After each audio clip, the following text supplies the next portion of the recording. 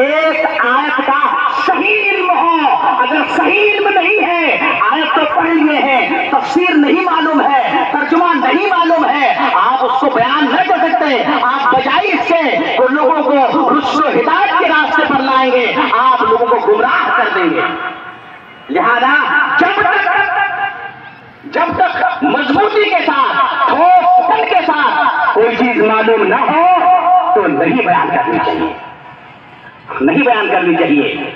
اور ابن الجوزی کی جو کتاب جو میں بتایا صفوۃ الصفوہ، ابن الجوزی کو وفات 597 ہجری میں ہے، اور ان کی اس کتاب کے اندر بہت ساری غلط باتیں ہی موجود ہیں۔